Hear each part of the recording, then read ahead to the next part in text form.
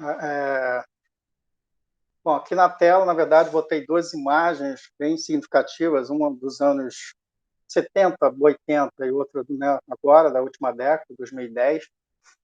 Em cima, na verdade, uma imagem que retirei de um site sobre o Instituto Nicaragüense de Cine.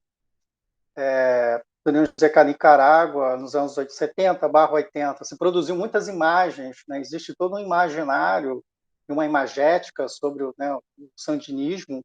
Muita gente filmou na Nicarágua na época, fora as próprias produções locais, né? Então, acho que eu diria que da região, a Nicarágua, ali nos anos 70, 80, ela tem uma pujança, uma importância, e abaixo é um filme guatemalteco, um longa-metragem de ficção, que é o Vulcão Ixcanu. Ele recebeu o Urso de Ouro no Festival de Berlim, em 2015.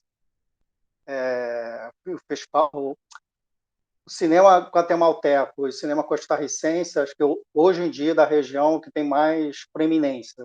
E esse filme é um filme, digamos assim, importante, é o longa de estreia, né, desse diretor, que é o Jairo Bustamante, já está no seu terceiro longa. E é um filme curioso, porque é um filme que é praticamente falado em uma língua maia, ele não é falado em castelhano, né? E esse filme ganhou Berlim, né, em 2015. Esse filme passou, né, em festivais, circulou aqui no Brasil, né? E aí, quando eu pensei para montar nessa apresentação, decidi dar um passo atrás, falar um pouco sobre o que a gente tem por história do cinema, para poder chegar com algumas questões específicas de cinema latino-americano. Tá? Bom, o que a gente vai entender por história do cinema, que tradicionalmente a gente tem por história do cinema, né? Assim, a gente pensa uma história dos principais filmes, né? Quer dizer, das obras-primas, os chamados clássicos do cinema, ou seja, em geral são sempre longas-metragens de ficção, né? Cidadão Kane, né, do Orson Welles, Encoraçado por Tequim, do Eisenstein, sei lá, Roma Cidade Aberta, do Rossellini. Quer dizer, a gente sempre pensa longas metragens de ficção, né, e uma história, digamos assim, dos filmes. Tá?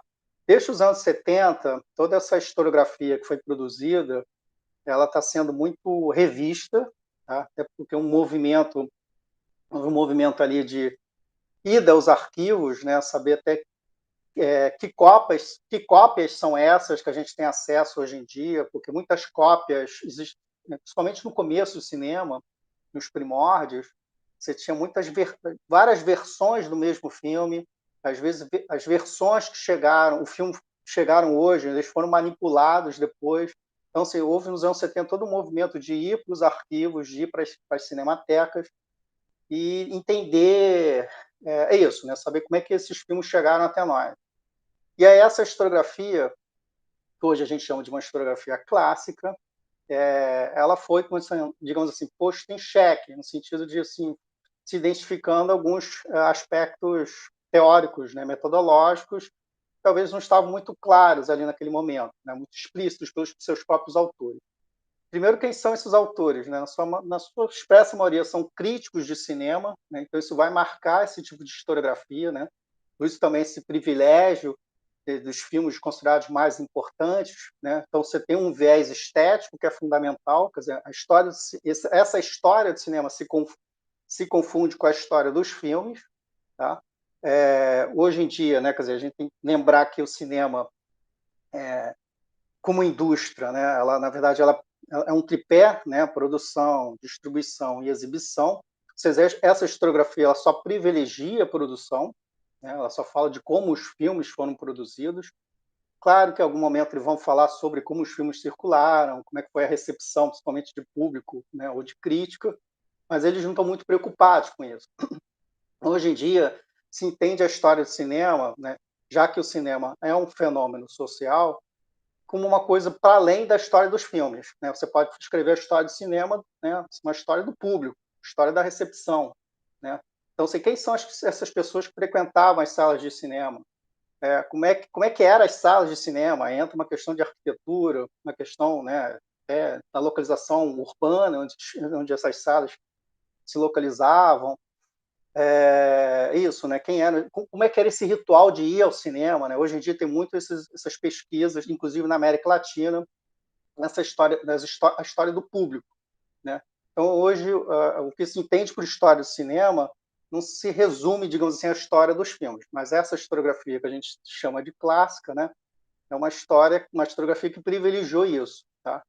E aí o que se entende por esse viés estético é isso, são os filmes, digamos assim, que aperfeiçoaram a linguagem cinematográfica, né? Por isso que esses clássicos de cinema que a gente tem na cabeça, é isso, são os filmes que melhoraram, digamos assim, né, a linguagem cinematográfica. E aí o que muito se acusa dessa historiografia é que parece que tem um tom, um certo ranço teleológico, né? Como se o cinema ele foi evoluindo, né? Ele foi chegando, ele foi aperfeiçoando a sua linguagem e chegando num estágio, digamos assim, superior, né? Não só como linguagem, mas também como estrutura econômica, né?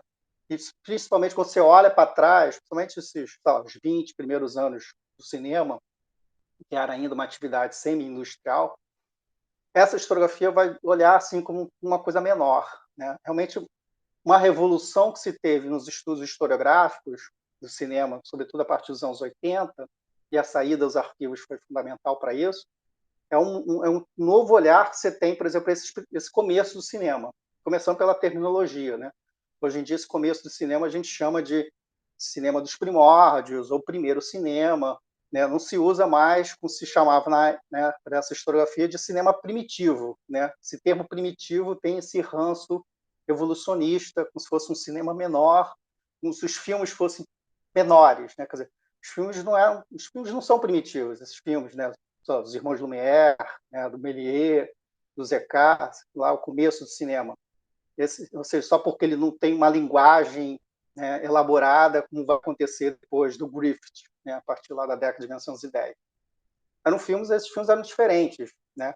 Até porque eles estavam mais próximos de um outro tipo de espetáculo, né, como o vaudeville, o café-concerto, do que de uma linguagem, sei lá, linear, como era o romance ou o teatro burguês do século XIX, que é um viés que o cinema vai, né, buscar, né, depois. Ou seja, o entendimento hoje em dia é que o cinema, como a gente entende ele hoje, ele foi uma possibilidade, digamos assim, que o cinema teve, entre as mil invenções que se teve lá no final do século XIX, cinema, tanto como linguagem, como atividade comercial, econômica, digo assim, ele poderia não ter dado certo, né? Quer dizer, ele poderia ter virado outra coisa.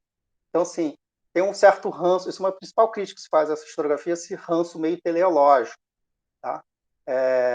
Que esse viés puramente estético acaba acarretando nessa historiografia. E essa historiografia ela privilegia um documento, que é o longa-metragem de ficção. Tá? Bom, isso não é tão arbitrário, porque logo após da Primeira Guerra Mundial, né, no finalzinho da década de 1910, o longa-metragem de ficção ele vira o principal, digamos assim, objeto do mercado cinematográfico, o que né, estrutura, né, uma sessão de cinema, né? Quer dizer, a partir ali do final da Primeira Guerra Mundial, né, o que a gente entende com uma sessão de cinema é isso, as pessoas vão assistir um longa-metragem de ficção. E além do longa-metragem de ficção, a gente tem, para usar o termo que se usava aqui no Brasil, né, os complementos, né? Quer dizer, formava a sessão. Você tinha um cinejornal, você tinha um desenho animado, você tinha um seriado, você tinha uns trailers, né? Ou seja, tinham digamos assim, outras obras audiovisuais que ficou fora dessa historiografia, né? Quer dizer, quase que com uma história paralela, né? Uma história do documentário, uma história assim, jornal, uma história da animação, que não vai privilegiar, essa historiografia clássica não vai privilegiar. Para ela, o documento principal é o longa-metragem de ficção. Tá? Por conseguinte, também, uma outra característica dessa historiografia clássica, ela tem esse viés enciclopédico, né? Quer dizer, de uma história geral do cinema. Né?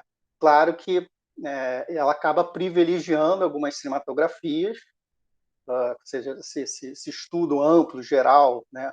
Esse panorâmico, hoje em dia muito contestado. Bom, até porque boa parte dos estudos historiográficos são feitos na academia, e, bom, no espírito científico, a gente trabalha por especialização, né? Então, as pessoas se especializam em determinados temas, né? Então, você não vai encontrar mais né, sei lá, alguém que vai querer dar um viés panorâmico, sei lá, ter uma pretensão de falar de uma história geral do cinema. Pode até sistematizar, procurar buscar, sei lá, é, pesquisadores que estudam momentos específicos, períodos específicos da história do cinema, mas essa pretensão enciclopédica hoje é visto como uma coisa bastante problemática, porque você, claro, acaba privilegiando alguns recortes. Entre elas, é o conceito de cinematografia nacional, que parece ser uma coisa meio óbvia, é porque a gente vive, né, em estados-nação, as legislações são nacionais e tudo mais, mas isso do ponto de vista historiográfico, isso é um recorte. Né? Posso estudar a história do cinema, sei lá, uma produção regional, sei lá, cinema, sei lá, capixaba, cinema nordestino, ou uma coisa continental, sei lá, um cinema europeu, cinema, sei lá, do sudeste asiático, sei lá, o cinema, né, latino-americano, né? Mas parece uma coisa meio, sei lá, meio natural da gente falar de cinematografia nacional, falar cinema brasileiro, cinema lá, argentino, cinema alemão, cinema francês, mas isso é um recorte do ponto de vista historiográfico. E é interessante porque quando a gente pega o começo do cinema, os pioneiros, a gente vai ver muito essas figuras, principalmente aqui na América, no continente americano, sobretudo imigrantes europeus, o camarada vai fazer filme, faz filme no Brasil, faz filme na Argentina, faz filme no Uruguai, no Chile. Aí como é que você vai definir esse camarada, né? Esse camarada que é um cineasta brasileiro, um cineasta argentino, sendo que muitas vezes esse camarada é de origem italiana, francesa, ou espanhola, né? Quer dizer, essa divisão muito rígida entre cinematografias é um recorte, tá? Não necessariamente pode ser uma coisa meio óbvia, mas não é, do ponto de vista historiográfico. Tá? Outra questão dessa historiografia, até porque quando esses historiadores começaram a escrever a história do cinema, claro, você usou como referência a história das outras artes, né? A história da arte, a história da literatura, e entre elas entra essa ideia de escolas e movimentos artísticos. Né? A gente pensa a história do cinema, né? O expressionismo alemão, né? O realismo italiano, né? A novela vague francesa, o construtivismo soviético. Também é um recorte. Primeiro, tem toda uma problematização se essa ideia de escola funciona no cinema, talvez ela pode funcionar para outras artes, mas isso, de fato, né, de forma muito restrita, muito dura, isso funciona no cinema. E eu diria que, talvez até nas outras artes, esse conceito de escola, de movimento, também está sendo questionado. Né? Então, isso também é um outro recorte que se faz, que essa historiografia fez de pensar o cinema a partir de movimentos e escolas artísticas. Tá? E aí isso engendra, às vezes, uma questão, um problema, no sentido de que, sei lá, pensar, né, cinema francês ali da virada dos anos 50 dos anos 60, bom, história ali a novela vague. E aí a historiografia, como ela privilegia o viés estético, ela só vai falar da novela vague, como se só filmes da novela vague eram produzidos naquela época, nesse período. Tá? E aí engendra o que a gente vai chamar de uma questão metonímica, ou seja, a gente pega a parte pelo todo. Né? É como se todo o cinema francês dos anos 60 se resumisse, entendendo? A Truffaut, a Godard, a Chabrol. Não. Na verdade, além da novela vague, você tinha várias outras produções e como eles não tinham prestígio estético, isso foi para a lata do lixo da história do cinema. Né? Quer dizer, esse filme não interessa pelo menos para essa historiografia. Então, esse também é um dos grandes problemas dessa historiografia, né? Como ela privilegiou só os filmes esteticamente, artisticamente mais interessantes, outras produções menores foram descartadas. Tá? A questão é que, dependendo do recorte que você faz, que você está estudando, às vezes aquele filme que é considerado menor, talvez seja o principal objeto, né? Talvez seja o documento mais interessante. Né? Um exemplo que eu sempre dou para os meus estudantes é, por exemplo, primeiro longa-metragem de ficção brasileiro que vai abordar, né, o tema lá da comunidade boliviana em São Paulo, né, que trabalha em condições, né, análogas à escravidão, sobretudo lá nas as confecções, é uma comédia da Globo, é o Cro, né? O filme lá que é estrelado pelo Marcelo Serrado. Então, você tem uma Globo chanchada, né? Que aborda um tema, quem estuda, por exemplo, questões de imigração, quem estuda esse tema, por exemplo, da comunidade boliviana em São Paulo, esse filme é um filme chave, independente se você gosta do filme ou não. Tá? Ou seja, aqui não entra uma questão estética, né? De novo, a gente está entendendo o cinema como um fenômeno social. Tá? Então, assim, às vezes, os filmes mais inusitados, tá ali o que você está estudando. Né? Ali aparece, opa, peraí, né? Primeiro longa de ficção brasileiro que aborda esse tema é uma comédia. Né? Quer dizer, né? Mas está ali o tema que me interessa. Né? Então, assim, a gente tem que despir um pouco dos nossos preconceitos.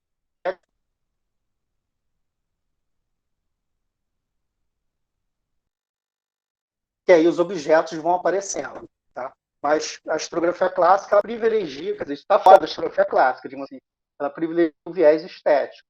Tá? A questão é que, assim, a historiografia clássica está errada. Né? Vamos jogar fora os livros da historiografia clássica. Não, na verdade, ela, com toda historiografia, ela privilegiou certos documentos, né? Quer dizer, ela tem certos procedimentos teóricos e metodológicos, e ela só, digamos assim, é uma das formas de se escrever cinema. Tá? Estou trazendo tudo isso porque, quando os primeiros livros de história do cinema na América Latina surgem, sobretudo ali a partir da virada dos anos 50 e dos anos 60, vão se usar esses livros como referência. Esses autores também eram críticos de cinema, de formação, tá? Até porque os historiadores profissionais desprezavam o cinema tinha esse prestígio de documento, né? Como vai vir depois, né? Uma nova história, ali nos anos 70.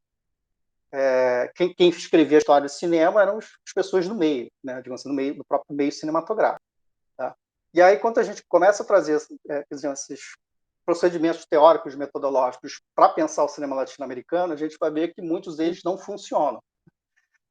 Aí a gente tem que exatamente pensar outras formas, né, de se pensar a história do cinema. Tá?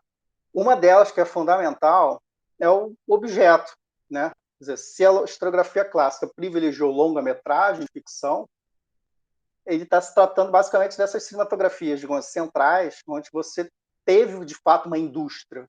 Né? Como nos nossos países a gente não conseguiu criar uma indústria de cinema, né? Teve alguns esboços e algumas tentativas, né? As mais eficientes foi o caso da Argentina e o México, né? Onde ali se tentou, de fato, criar uma estrutura industrial, mas nenhum desses casos, digamos assim, ameaçou a hegemonia do produto hollywoodiano, né? Do cinema hollywoodiano. Quer dizer, o cinema hollywoodiano ele é, né, o, digamos assim, o que domina, o que hegemoniza, né, as nossas telas. Tá? E aí essa historiografia ela vai ter um sentido bastante nacionalista, né, no sentido de, primeiro, de entender como se deu essa invasão, né, a ocupação do nosso mercado pelo produto estrangeiro. Né? Então, por isso vai ter um movimento, sobretudo ali a partir dos anos 60, né, de se fazer uma história do cinema dos nossos países para entender como aconteceu essa invasão, né, colonial, né, essa invasão, né, ideológica, né, das nossas telas. Né? E se a indústria nunca veio, tá, o longa-metragem de ficção ela acaba virando a exceção e não a regra. Né? E aí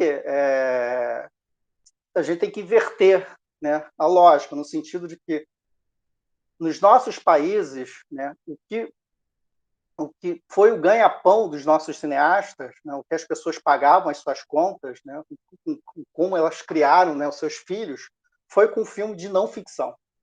Né? Ou seja, é o documentário, é o cinejornal, é o filme institucional, é o filme de encomenda. Quer dizer, é esse tipo de produção que aí sim a gente vai ver uma produção em larga escala, uma produção contínua e constante.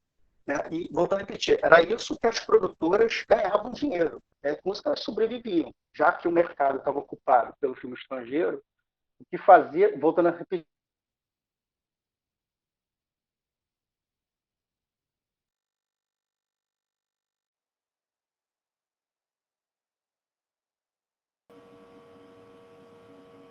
Eu não estou ouvindo, não sei se vocês estão ouvindo. de É, eu, ficção. ta- Ai, ô, Fabiana, Alô? A gente perdeu um pouco a sua voz quando você Diga. falou voltando a repetir. Você falou voltando a repetir e aí falhou a sua voz. Tá. Bom, deixa eu me lembrar. É, Não, então, voltando aqui no sentido de que o que nos mobiliza, tá? O que era o ganha-pão dos realizadores, dos cineastas, era o filme de não ficção, né? Ou seja, voltando a repetir, é o cinejornal, tá? É o filme de comenda, né? Ou seja, porque se fazer um longa-metragem de ficção, né? É isso, era um projeto que às vezes muitos desses camaradas tinham, né? Tinha aquele roteiro né? Na gaveta, juntavam dinheiro, faziam o filme, só que esse filme era mal distribuído, né? E aí, em geral, o camarada, né, perdia dinheiro, né? E é isso, né? Quer dizer, depois eu não conseguia mais fazer um segundo longa, né, de ficção. Mas, o filme não ficcional, a gente vai ver, de fato, uma produção contínua e constante. Entendeu? Isso que eu quero chamar a atenção. Entendeu? Ou seja, se a gente tiver que escrever uma história do cinema latino-americano, essa história tem que ser escrita do ponto de vista da não ficção. Tá? Porque o filme ficcional é a exceção, né? E não a regra. Era o que, de fato, o que fazia as produtoras, digamos assim, bancarem as suas contas. Né? Era o filme de não ficção. Até porque, voltando a repetir, né, o mercado está tomado pelo filme estrangeiro. Né? O mercado está montado para atender os interesses do cinema estrangeiro. Então, não adianta você fazer um longa-metragem de ficção, né? Se você depois não consegue. Claro, porque os calendários dos exibidores estão comprometidos com os distribuidores estrangeiros, aí teu filme vai ser distribuído numa data ruim, entendeu? Então é isso que acontece, na verdade, até hoje, né? E aí, claro, você precisa de uma legislações protecionistas, né? Bom, aí tem toda uma história em relação à questão legislativa, tá? Bom, aí chegamos aqui, né? Chegar ao cinema da América Latina. Tem um autor que é importante, que é o Paulo Antônio Paranaguá. Ele tem vários livros.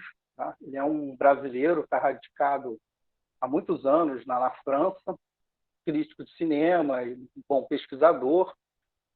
Esse livro, que eu acho que é um livro incrível, que é o Tradição e Modernidade no Cine da América Latina, logo no primeiro capítulo, ele parte de uma afirmação bem assim, dizendo, não existe cinema latino-americano.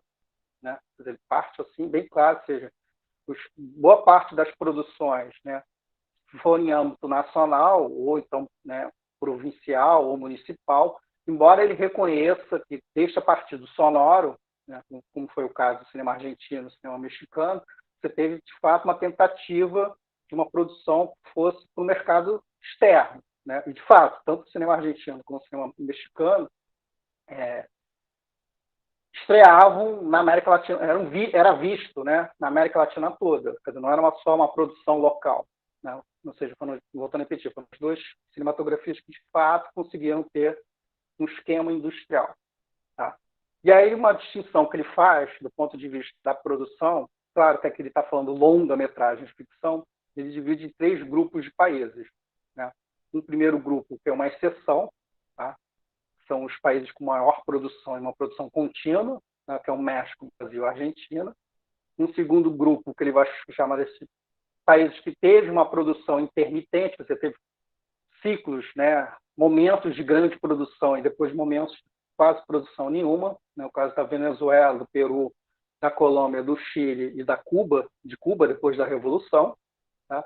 E o terceiro grupo, que na verdade expressa a maioria dos países da América Latina, no que ele vai chamar de uma produção vegetativa, onde de fato a gente só vai encontrar uma produção contínua nos cinejornais, né? Ou seja, no filme de não ficção. E aí expressa a maioria, né, dos países, né, do continente. E aí a gente encontra o cinema da América Central. Né? Os países da América Central ele está nesse terceiro grupo. Tá?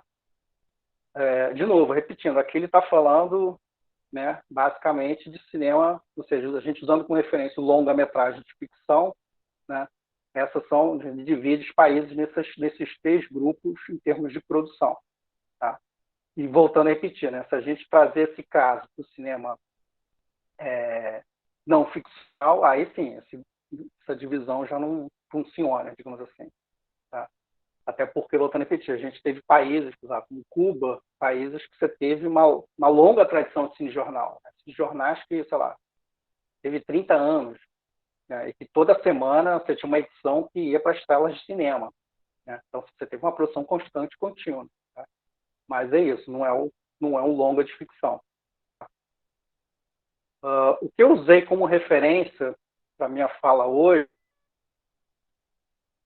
é uma tese, que eu não li toda, até porque é uma tese gigantesca, mais de 500 páginas, eu li uma parte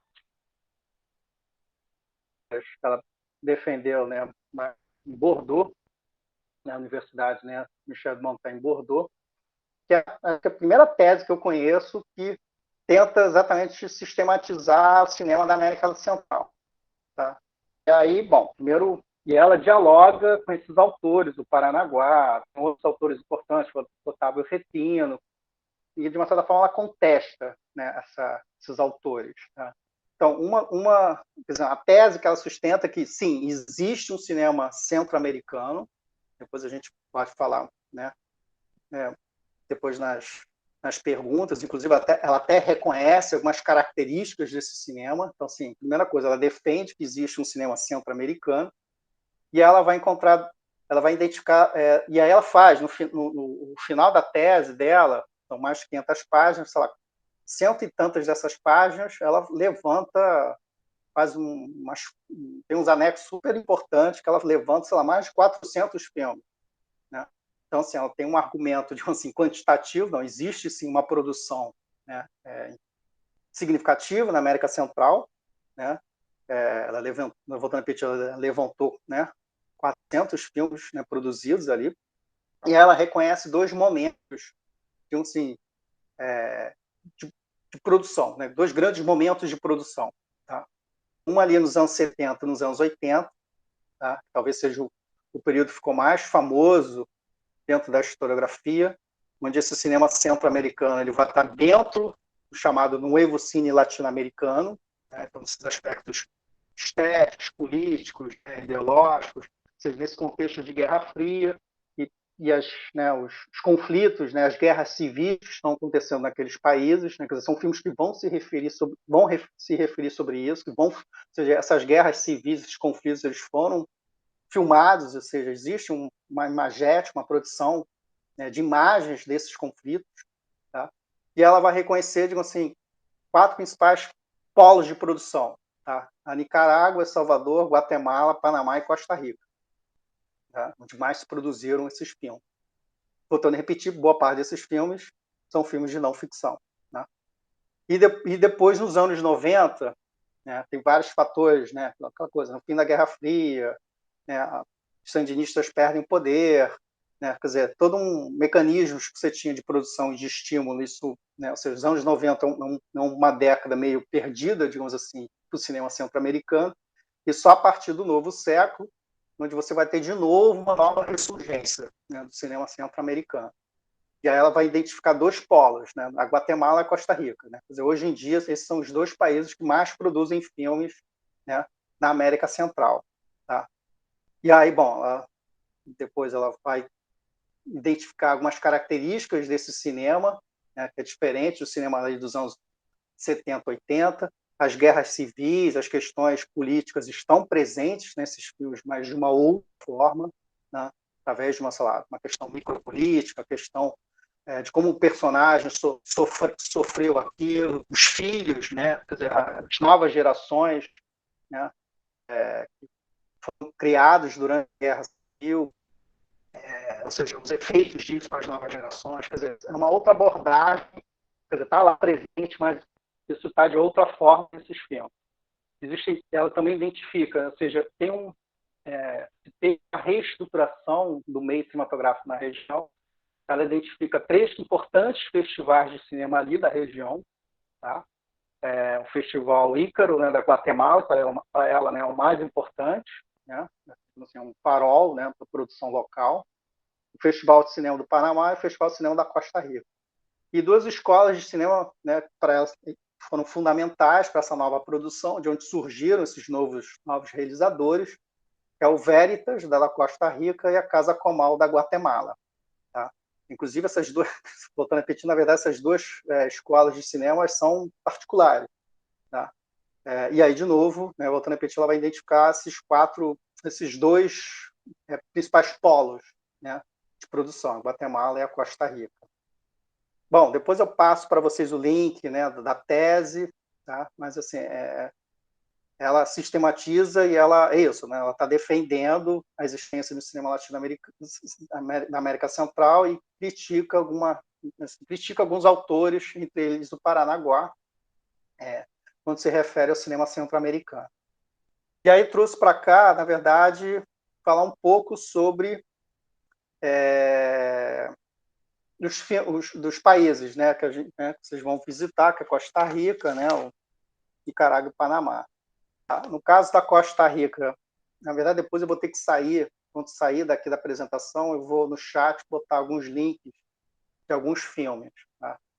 Bom, no caso da Costa Rica, aí no caso eu vou me focar sobretudo nesse primeiro momento de emergência, ali os anos 70 e 80, né, que é o que ficou mais assim, célebre, né, dessa produção. Tá? Bom, no caso da Costa Rica, tá? Curiosamente, ele foi dos países da América Central, ele foi o último a ter uma televisão, né? Os canais de televisão só surgiram em 1960. Isso vai estimular uma produção audiovisual ali, né, no país, inclusive formação técnica para esses profissionais, né? Então, sim, o advento da televisão comercial na Costa Rica, né, em 60 é considerado algo importante para a produção local. Tá? E aí a gente vai ver a organização de algumas entidades, né, e uma importância, o Estado vai começar a se preocupar, né, mais com essa produção. Tá? O fundamental aqui é o Departamento de Cine, que surge dentro do Ministério da Cultura, da Juventude e do Esporte. Ele é criado pela Quiquito Moreno. Na verdade, ela teve uma formação fora da Costa Rica. Quando ela estava na Argentina, né, onde parte dessa formação dela como cineasta se deu, né, na Argentina, ali ela toma conhecimento de um projeto da Unesco, né, da ONU, tá, de estimular produções cinematográficas, né, em países em desenvolvimento. Né?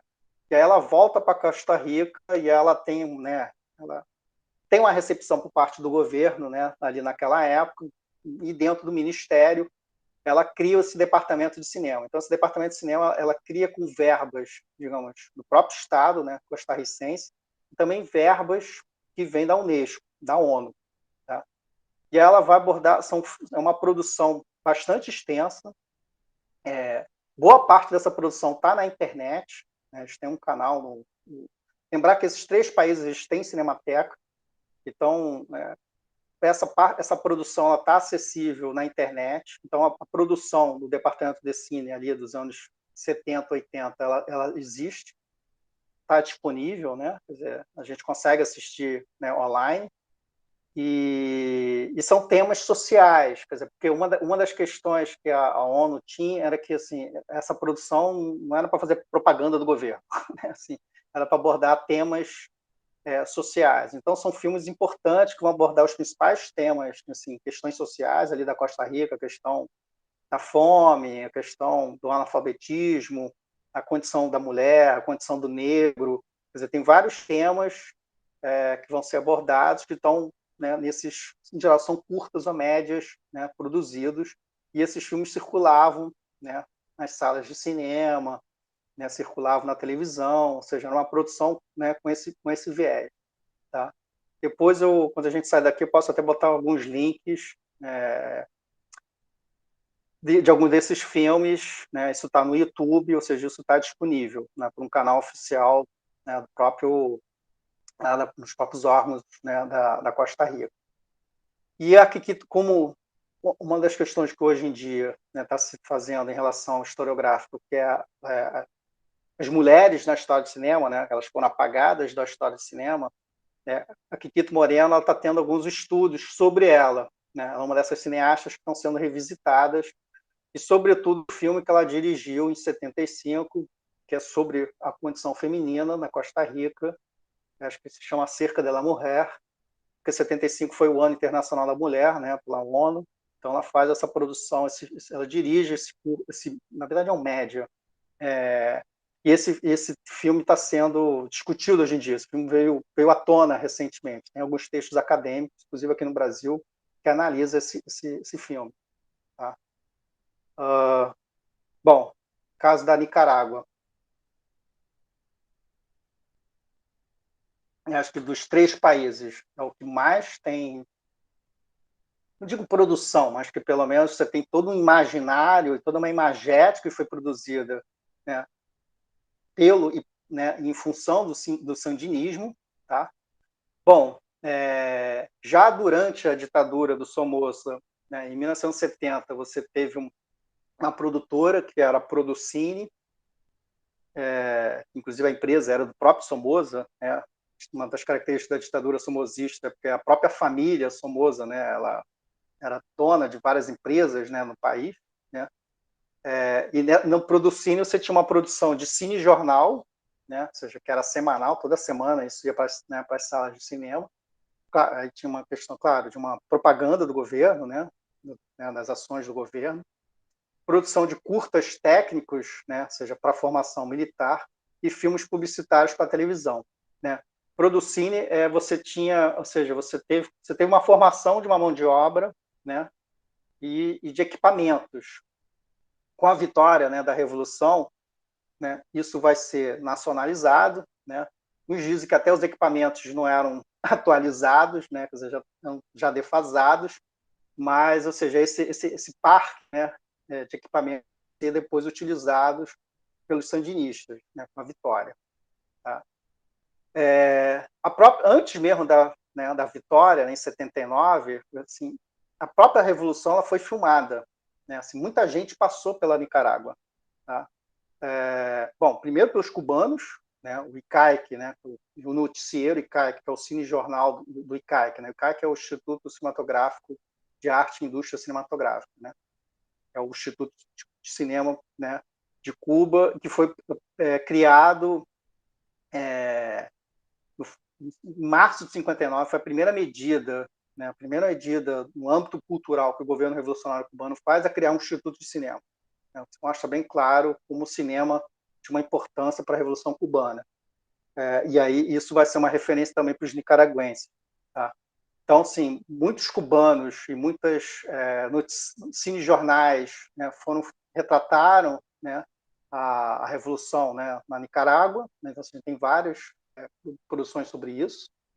Tá? Alguns livros que eu vou citar aqui, que estão aqui nessa lista, tem na internet. Tá? O Setembro de 78 é uma produção um holandês, que é o Franco Diamant, e o Otávio Cortés, que é um chileno na época exilado. O Nicarágua, Los Queremos Libertar, é feito por uma mexicana, inclusive até uma das pioneiras do cinema feminista mexicano, Carta Navarro. O Nicarágua passa Libre ao Morir, né? É uma produção feita pela Costa Rica, mas, né, são pessoas, né, são nicaragüenses que estavam, né, exilados na Costa Rica. E Depois do Terremoto é um curta de ficção feito nos Estados Unidos pela Lourdes Portillo. Lourdes Portillo é uma ticana, inclusive ela é uma pioneira do cinema ticano. E a Nina Serrano, que é uma estadunidense de origem cubana. Né? E é muito curioso que é um filme sobre a comunidade nicaragüense na Califórnia. É um filme de ficção, mas que fala que teve muita migração depois do terremoto, muitos nicaragüenses que foram para os Estados Unidos. Né? Então é um filme bem interessante sobre, de novo, é um filme de ficção, sobre um casal, sobre um sujeito que, né, vem da Nicarágua logo depois do terremoto e fala sobre a situação do país. Tá? Isso está disponível na internet. Bom, com a vitória da Revolução, tá? A exemplo do que aconteceu com a Revolução Cubana, é criado um Instituto de Cinema, tá? Que é o INCINE. Na verdade, no primeiro momento ele chamava Instituto Sandinista de Cinema, né, inclusive que está até na imagem. Depois, logo, meses depois, eles mudam de nome, né, passa a ser só, né, Instituto Nicaragüense de Cinema. Tá? Na verdade, antes da vitória da Revolução, a Frente Sul tinha um departamento de imprensa e propaganda, e ali você já tinha um primeiro braço cinematográfico. Né? Quer dizer, a gênese, né, quer dizer, o germe do Instituto Nicaragüense surge ainda já durante a luta. Né? Ou seja, os profissionais, que são os principais dirigentes, né, do Instituto Nicaragüense de Cinema, já vinham desse departamento de imprensa e propaganda da Frente Sandinista de Libertação Nacional, né, ali ainda durante a guerra. Né? E aí, bom, em 79 cria-se o INCINE, né, que quem assume a direção é o Ramiro Lacaio, é um sujeito que vem das letras, né, é um romancista, poeta, tá? E aí o INCINE, ele, assim, o cinema sandinista, o cinema nicaragüense, melhor dito, ele circulou o mundo naquela época, nos anos 80.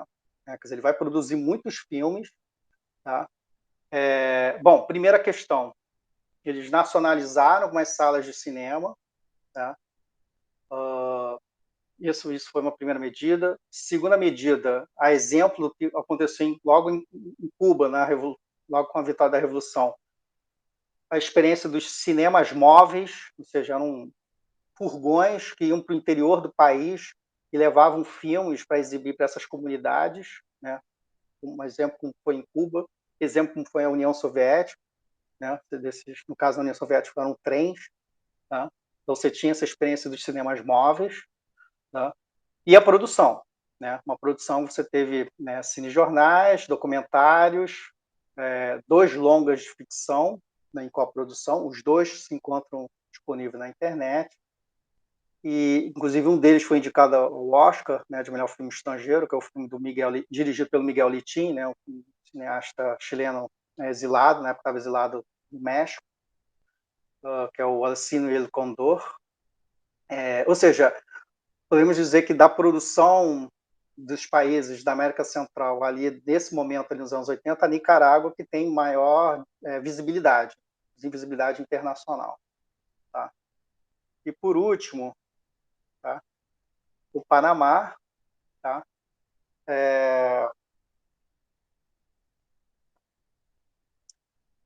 Muito curioso que, assim, que é considerado, assim, o germe do principal grupo de produção, que é o RECU, que é o Grupo Experimental de Cine Universitário, dentro da Universidade do Panamá, que existe até hoje, né? O GECU existe até hoje.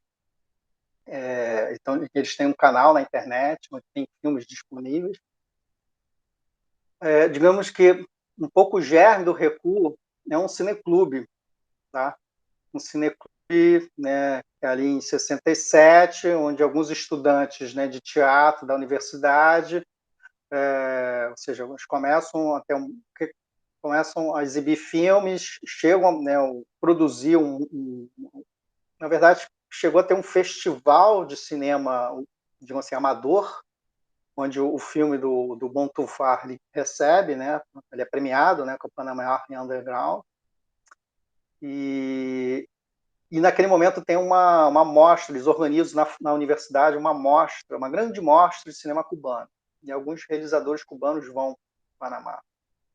E aí eles têm, a partir dessa mostra, organizada pelo Cineclube, organizado, né, pela universidade, a criação do RECU, né? Para ser dirigido pelo Pedro Rivera, e aí eles vão produzir vários filmes, né? Alguns são filmes que são de direção coletiva, que é uma coisa muito da época. Tá? E aí, bom, isso aí tem que, né, de novo, eles vão abordar vários temas, né, a questão né, da situação do país.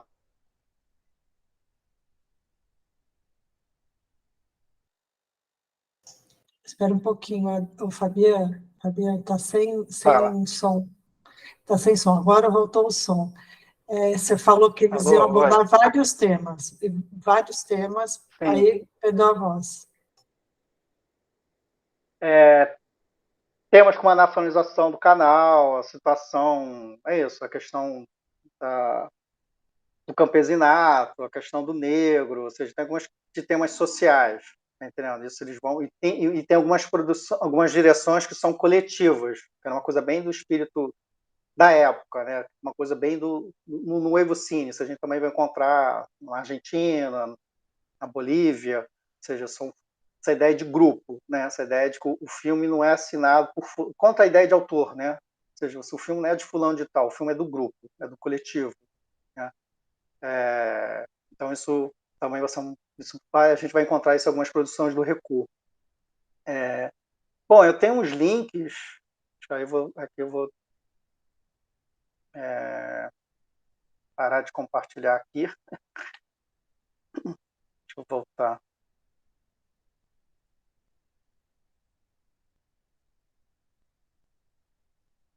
Aí eu vou usar o chat, tá?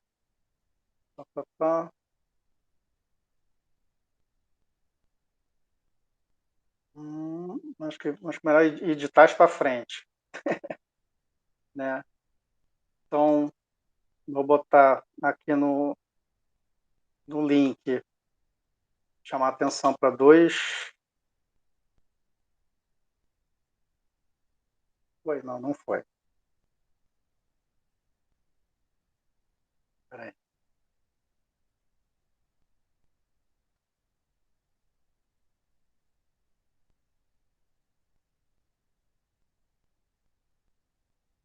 Dois filmes panamenhos desse período, né? Ou seja, que é uma produção do Recu.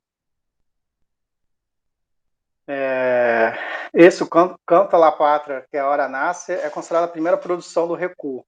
Tá? Então, você vê uma colagem de imagem, uma coisa bem agite própria, né? Sobre né, isso, o que é o Panamá e a questão estadunidense, né, colonial ali no Panamá. E Los 505 teve uma Assembleia Popular, né, teve uma constituinte no Panamá, e esse é um filme, um documentário sobre essa constituinte. Né? Os 505 são os 505 deputados, né, representantes de todas as províncias do Panamá que foram escolhidos para escrever a nova Constituição, né, depois da Revolução, né, no Panamá. Bom, da Costa Rica, também algumas produções do Departamento de Cine. Né?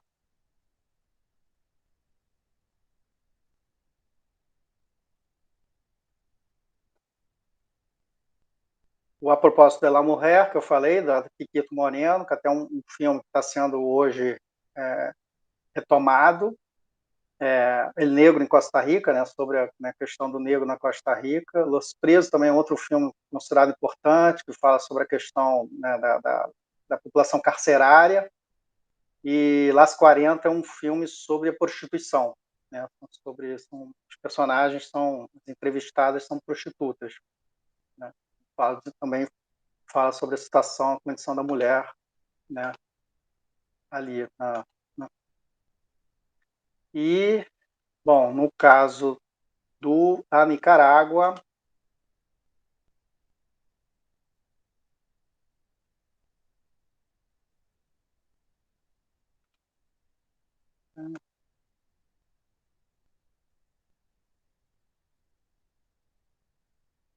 são os dois longas, tá? Aqui são longas de ficção, tá? Isso está na internet. O filme do Litim, tá?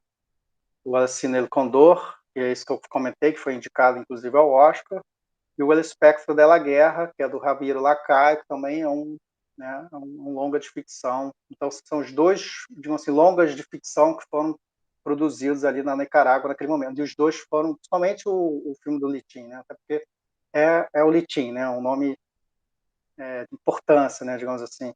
Já era famoso, o que eu quero dizer, né? Que circulou bastante na época. E a gente tem, não sei se vocês conhecem, a Lúcia Moura, tá um caso brasileiro. A Lúcia Moura, o primeiro longa dela é sobre a Nicarágua. Vocês conhecem, que é o Pequeno Exército Louco. Bom, esse filme passa no Canal Brasil. A gente exibiu esse filme no Cineclube Sala Escura, que a gente organiza em 2019, né, quando teve os 40 anos, né, da vitória da Revolução Sandinista. E a gente gravou. Depois teve ela falou, né? A Lúcia Morar, ela teve na sessão, ela junto com que é o técnico de som, gente, esqueci o nome, que é o Silvio Darim. Eles depois da sessão falaram sobre a produção do filme, como é que foi a experiência deles, né, terem ido lá. Eles foram na Nicarágua, assim, logo quando, né, os sandinistas chegaram em Manágua, na capital, né, e isso tá gravado, né? A gente, né, gravou o debate que teve depois da sessão. Tá? O filme, a cópia a gente conseguiu com a própria Lúcia, né? A produtora dela é aqui no Rio de Janeiro, né? Ela mora aqui no Rio, né? Então, ou seja, de novo, né? Assim, muita gente passou pela Nicarágua, né? Inclusive brasileiros, né? Para filmar a Revolução. Bom, gente, é isso. Eu sei que foi meio confuso, até por questões técnicas. E aí, sei lá, algumas dúvidas. Bom, em relação, só para fechar, né? Assim, um pouco reproduzindo. Deixa eu pegar as teses, já botar o. Aqui não tem os links, mas aqui tem os nomes. Botei os links. Bom, a tese, né, da André Cabeças Largas, e eu encontrei uma dissertação na UNB em comunicação sobre a televisão nicaragüense durante os sandinistas. Essa que são trabalhos acadêmicos. Mas aqui não está o link, mas os dois estão disponíveis na internet. Bom, na tese da Andrea, que ela, por exemplo, algumas coisas que ela vai identificar como características desse cinema centro-americano, ela vai chamar muita atenção para a paisagem. Né? Muitos filmes da América Central, mesmo filmes urbanos, você tem muita presença da paisagem, né? É muito essa questão, né, a floresta, os vulcões, os lagos, a natureza, o aspecto natural, ela tem uma importância, inclusive uma importância narrativa, né? E isso é uma coisa que ela vai identificar tanto nessa produção dos anos 70, 80, quanto na produção contemporânea. Tá? Uma coisa que ela discorda, tá? Cinema feito na Nicarágua na época do Sandinista, é como se quase que fosse uma cópia do que os cubanos faziam, né? Como se o cinema nicaragüense fosse, sei lá, aqui logo depois que os cubanos fizeram com a Revolução, né? Assim, eles meio que fizeram uma cópia, digamos assim. E aí isso é uma coisa que ela discorda totalmente dessa historiografia, que quer, né, meio que colar, ele vai dizer que não, na verdade você teve uma produção que foi diferente, foi distinta, né? Até porque o governo sandinista nunca foi um governo, né, de partido único, né, depois foi tendo o caso, né, do Cuba, bom, ela discorda porque, na verdade, você teve outro tipo de produção. Né? Isso é uma coisa que ela contesta uma certa historiografia em relação ao cinema nicaragüense, que valoriza muito essa questão do novo cine latino-americano. Né? Ser quase que fosse uma espécie assim, quase que um apêndice do cinema cubano. Né? Bom, é isso. Eu sei que foi confuso, até pelas questões técnicas, e é isso, né? Minhas principais referências foram Paranaguá e a tese da Andrea, né? Que é incrível. Né? Inclusive, não li ela toda, mas está aqui na lista, está aqui na fila de espera. Fabiano, Bom, rapidinho. gente, é isso. É só uma mera questão de entendimento aqui. Há quem, então, dentro da historiografia, postule que há muita similaridade com a produção cubana e ela diz que não, é isso. Ela nega essa tese. No caso do cinema nicaragüense, produzido durante o governo sandinista. Uhum. E ela nega isso, né? Ela rejeita isso. Ela rejeita isso, ela discorda. Na verdade, é o Octavio Retino, é um pesquisador argentino. Vou botar aqui. Um pouco, na verdade, fala isso. E aí ela dá uma detonada no retina, na verdade. Fabiana, em primeiro lugar, eu agradecer muito, não estava confuso, pelo contrário, você esclareceu assim, algumas dúvidas muito que a gente nem sabia que a gente tinha, que estava confuso para a gente, na nossa cabeça a gente não sabia que tinha. E a minha primeira pergunta, olha, minha voz voltou, mas se eu começar a falar, ela desaparece totalmente, tá? Minha primeira pergunta que eu vou fazer, quando você estava falando das questões técnicas, né? É a seguinte: atualmente a gente vê muito produção argentina e espanhola. Isso tem a ver com o quê? Com financiamento, com a direção, com a participação de atores, né? Eu agora queria saber dessa questão, né? O que entra para colocar o nome desses dois países? Essa é uma boa pergunta. Eu não sou um estudioso em digamos assim, políticas públicas de cinema, mas a gente vê uma coprodução, sobretudo dentro do Ibermídia, os espanhóis, o capital espanhol é muito forte em relação a isso.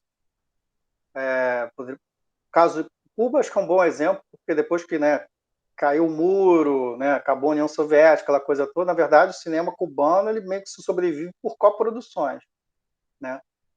E Espanha, ela tem uma presença muito forte. Então, tem esses editais que elas lançam, entendendo? E aí, às vezes, claro, tem umas ingerências, no sentido que sempre, né, às vezes, tem que botar um elenco, tem que botar algum ator ou atriz espanhol, entendendo? Então, por isso que a gente vê um filme, às vezes isso faz um sentido na narrativa, às vezes não, às vezes do nada aparece um espanhol no meio da história. Mas é porque isso é por causa do Ibermídia, né? É uma exigência de produção. Lembrar que hoje em dia tem muito festivais, na Europa, um festival de Roterdã,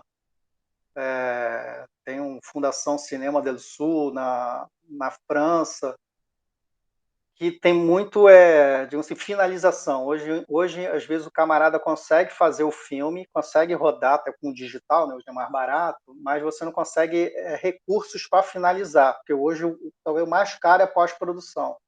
Então, assim, a gente tem muitos festivais lá fora, né, o Roterdã talvez seja o mais famoso, em que o camarada ele apresenta um primeiro corte do filme, e aí você tem um júri que seleciona, e aí ele falta uma verba para ele finalizar o filme.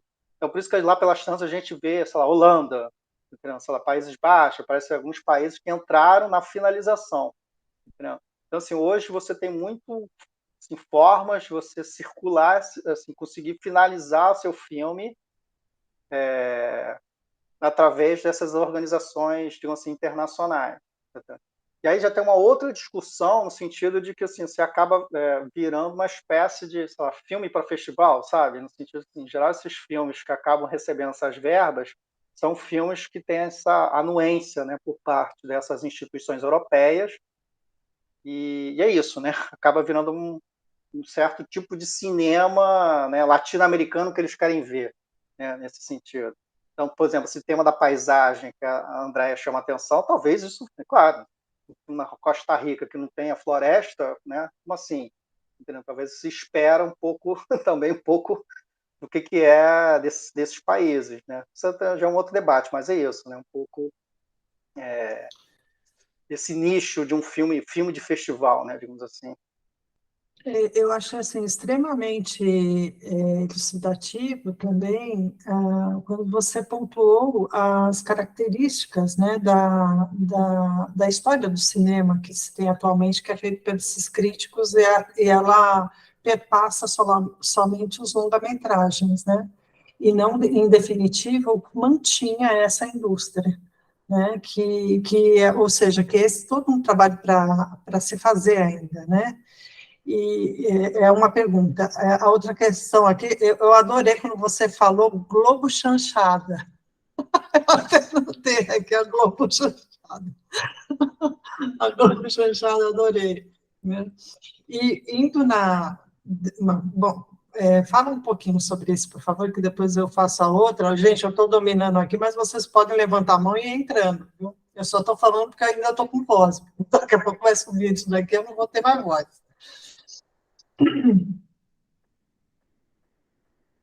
Mas, desculpa, falar sobre os...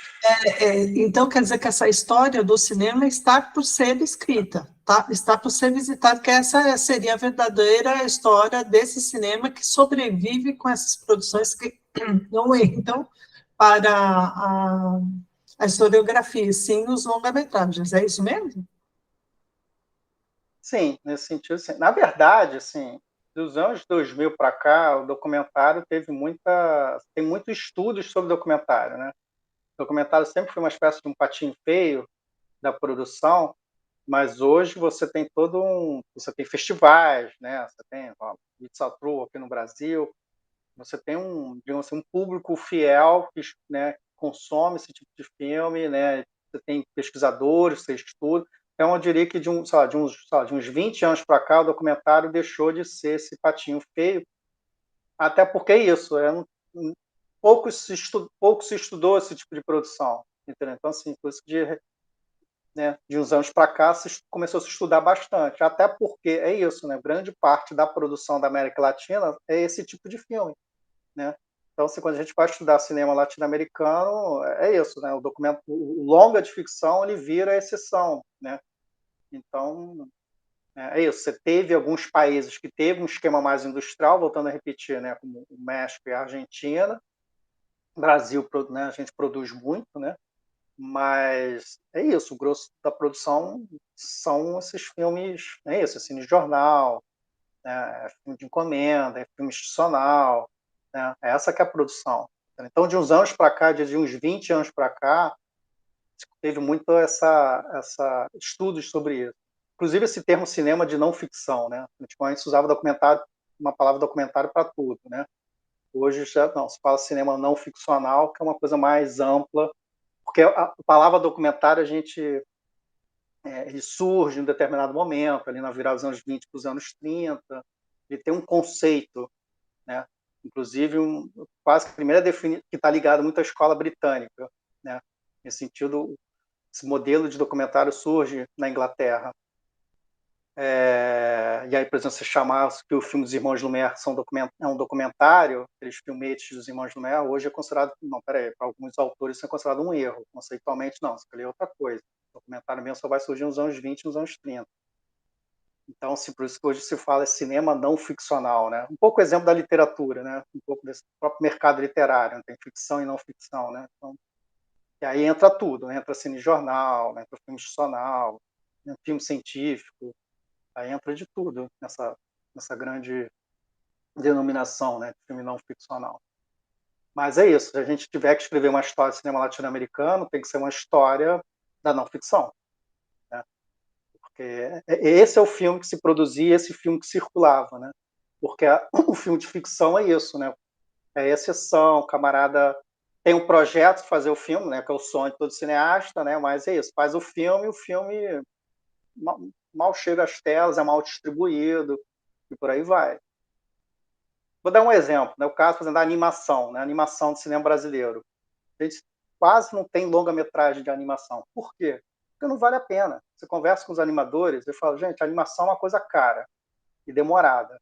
Então, assim, você vai gastar muito dinheiro, muito tempo, do seu filme ser mal distribuído. Então, eu falo, não vale a pena. Os animadores brasileiros não vale a pena o negócio, até porque hoje o filé mignon do mercado está no streaming. Então, são os canais para o público infantil. E isso a gente tem várias séries de animação brasileira que tá indo. Então, a gente tem, né, o Amigãozão, o Irmão do Jorel.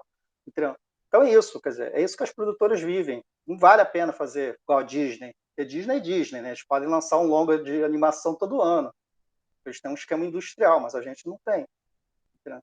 Então, é isso, se tiver que estudar, se tiver que fazer uma história da animação brasileira, tem que ser do curta, da televisão, não do longa. E aí, quando você entra na história do streaming, que você está falando aí, o streaming, ele acaba colocando a bandeira do país conforme quem produziu ali naquele país. Por exemplo, Você está falando, Cuba não está fazendo mais nada ultimamente, né? Porque não tem quem financia. Mas eu lembrei, quando você estava falando, da adaptação dos romances do Padura, que foi adaptado e surgiu as quatro estações em La Habana, 4 estações em La Habana. Foi o que ele fez, a adaptação para o Netflix. E aí está lá, Cuba. Então, está funcionando dessa forma também. Então, o streaming e financia naquele país a produção de determinado curta, ou longa, o que seja. O que a gente está vendo de uns anos para cá, essas plataformas elas começaram a produzir filmes, né? Séries e filmes. Inclusive, autores, né? Spike Lee, Scorsese, né? Ou seja, começaram a botar esse nome, pessoal de renome, e também eles fizeram um esquema, porque como eles foram, não sei se vocês lembram disso, eles foram banidos do Festival de Cannes, porque o filme tinha que entrar em cartaz. Aí a Netflix começou a fazer o seguinte: então, se esse é o problema, a gente lança o filme em cartaz e, sei lá, na mesma semana a gente bota disponível um stream. Se esse é o critério, o filme tem que ter pelo menos passado, né, em alguma sala de cinema. Então, assim, eles furaram o bloqueio desses grandes festivais, né? Bom, aí eu não sou um especialista no assunto, mas, assim, primeiro, o streaming é a atual caixa preta, pelo menos no caso brasileiro, né? A gente não tem regulamentação em relação a isso, né? Tem toda uma discussão em relação, primeiro, porque uma das medidas protecionistas que vocês vão lembrar, né? O cinema, né, é um tripé como indústria, né? Então, você pode criar legislações protecionistas nos 3 ramos. Uma delas, em termos de exibição, é a chamada cota de tela. Você obrigar o exibidor a exibir tantas vezes no dia do ano produção nacional. A gente não tem isso no streaming, né?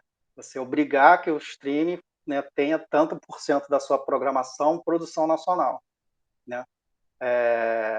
Então, ou seja, hoje é a atual caixa preta, e fora a questão de imposto, né? Como é que você tributa esse pessoal, tá entendendo? Então, assim, hoje, atualmente, está em discussão no Congresso. Bom, eu estou fora dessa, assim, eu não conheço os pormenores dessa discussão, mas é isso, tá? A questão é essa caixa preta.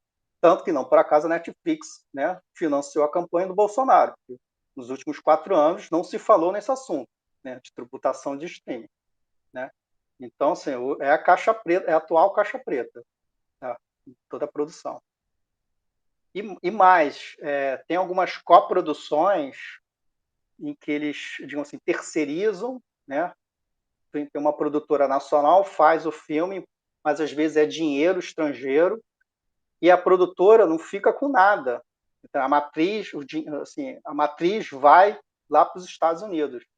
Então, em termos de preservação, eu que estudo Cinemateca, essa coisa toda, quer dizer, essa produção, sei lá, que foi feita, sei lá, pela Conspiração Filmes, vamos supor, uma produtora nacional, se eu bater na porta da Conspiração, eles não têm. Eu falo, não, a gente mandou para a Netflix, lá para a Califórnia, sei lá o quê, não sei onde é a sede do negócio. Então, nem as produtoras têm, porque às vezes eles têm um contrato que eles não ficam com nada da série, da produção. A não ser que seja leis de incentivo fiscal, que é uma produção que eles, né, usaram o fundo setorial, e aí sim, aí você tem até uma obrigatoriedade por lei deles depositarem na Cinemateca Brasileira um exemplar da produção. Tá? Agora, tem produções da Netflix, da Amazon, que é tudo dinheiro estrangeiro, pela legislação brasileira, é uma produção estrangeira. Né? Pode ter sido realizado por brasileiros, pode ter sido filmado no Brasil, mas do ponto de vista da lei, é uma produção estrangeira. Fala, Fábio. Ô, Fabiano, é super interessante aí tudo que você trouxe, uma apresentação bastante abrangente, completa, né? Eu queria perguntar sobre, eu fiquei pensando, 2 coisas, né? Primeiro, chamou a atenção isso que você falou, que eu não sabia, que durante o governo sandinista houve um esforço em produzir cinema, né? Houve que se deu importância, a gente viu na discussão anterior lá sobre os murais, muralismo na Nicarágua, então a gente, eu sei que houve um esforço de produção e impressão massivo de livros, então tenho entendido que foi um processo que deu muita importância para a dimensão cultural, né? E é interessante, assim, porque, assim, são países muito pequenos, né?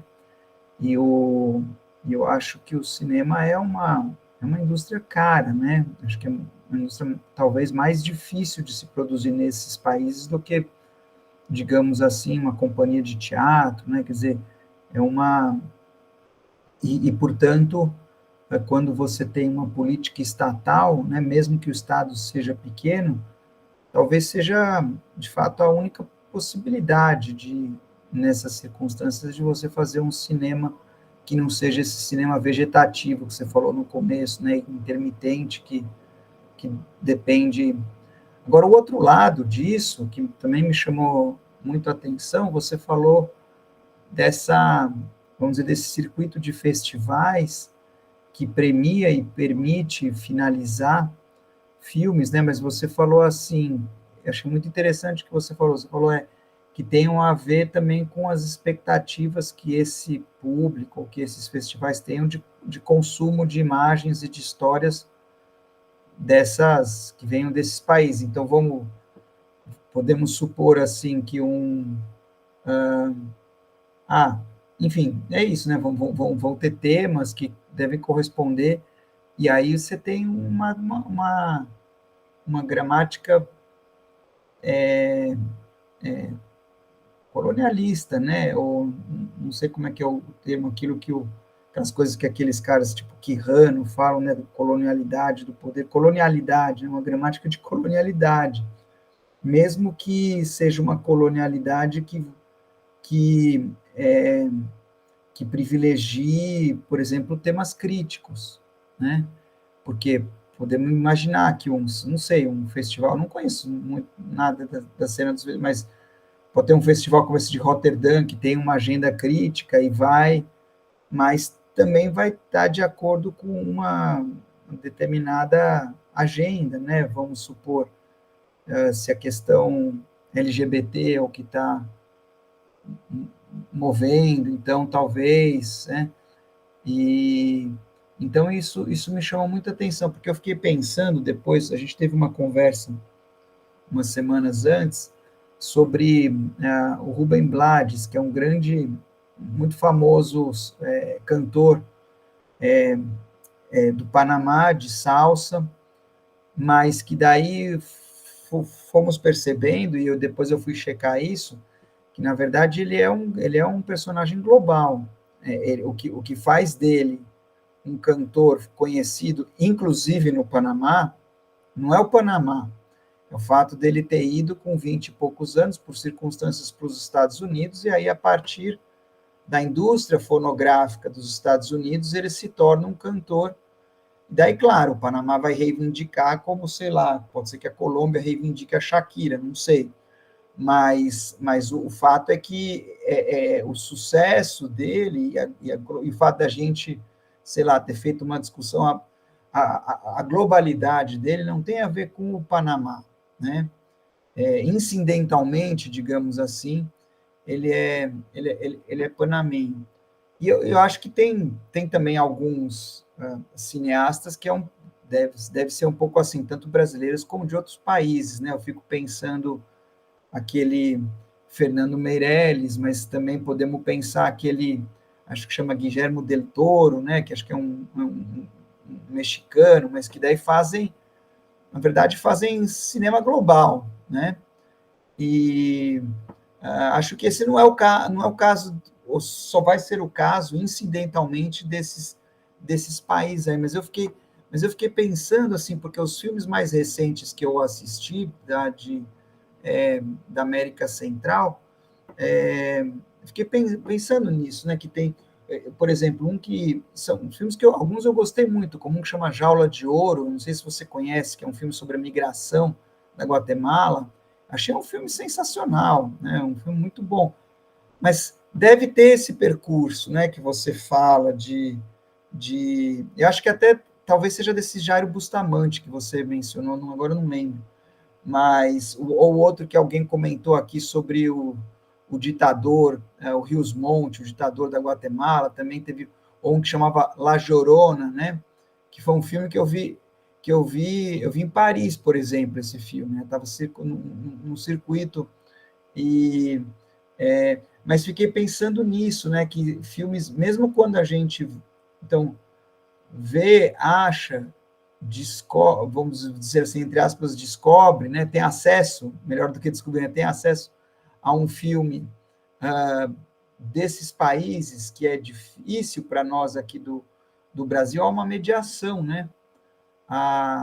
Então, deve ser difícil mesmo ter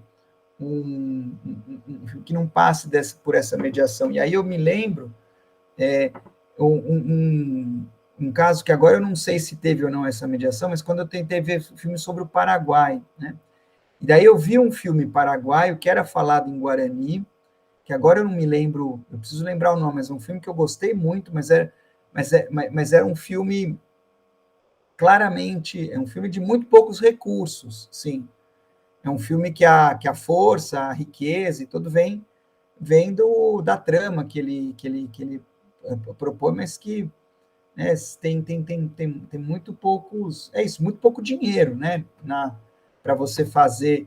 Então, nesse sentido, é diferente desses filmes da Guatemala que eu te falei, que são filmes que você tem uma grande equipe e, enfim, uma produção, se não é hollywoodiana, mas é uma produção nos padrões dos filmes europeus, imagino, né? Então, na verdade, não é uma pergunta, eu estou compartilhando coisas que eu pensei a partir do que você falou, né? Primeiro, essa questão do papel do Estado, e particularmente na experiência sandinista, né? A centralidade da cultura nesse processo que durou pouco, e a questão das mediações, né? De que mesmo quando a gente, né? O fato de ser uma nacionalidade, né, não quer dizer, não é critério definitivo, e mesmo quando a temática, né, de fato, ela me chamou muita atenção pensar isso das mediações. E daí depois eu queria pedir para você, se você pudesse dar umas dicas para a gente, aí não tem a ver só com a América Central, mas de canais, assim, como é que você faz para assistir, busca, né, acesso a filmes do nosso continente, né? Para além não sei, por exemplo, eu tenho aquela plataforma, o Belas Artes, de vez em quando tem uma plataforma Belas Artes, muito poucas vezes tem alguma coisa, especialmente da Argentina.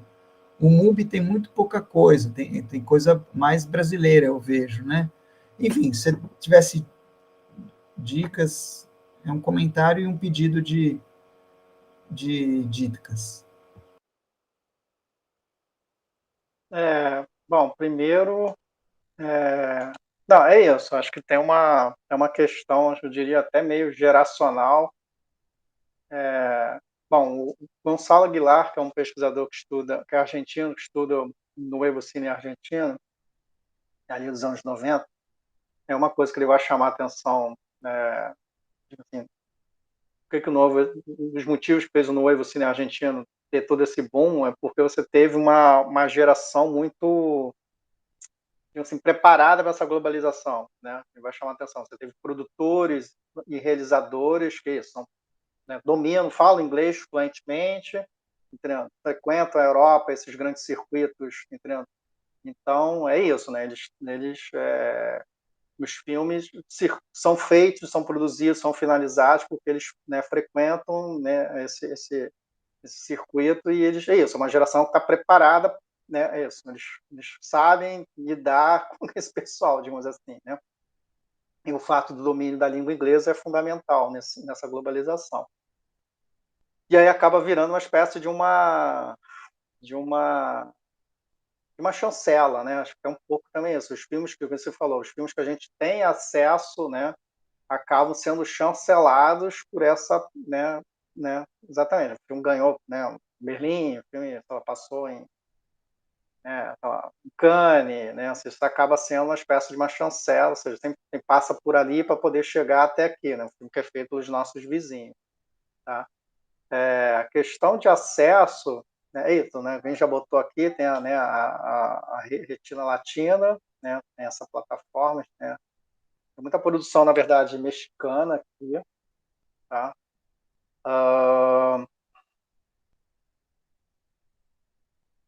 Bom, bom, na verdade, eu tenho algumas questões até de pesquisas, né?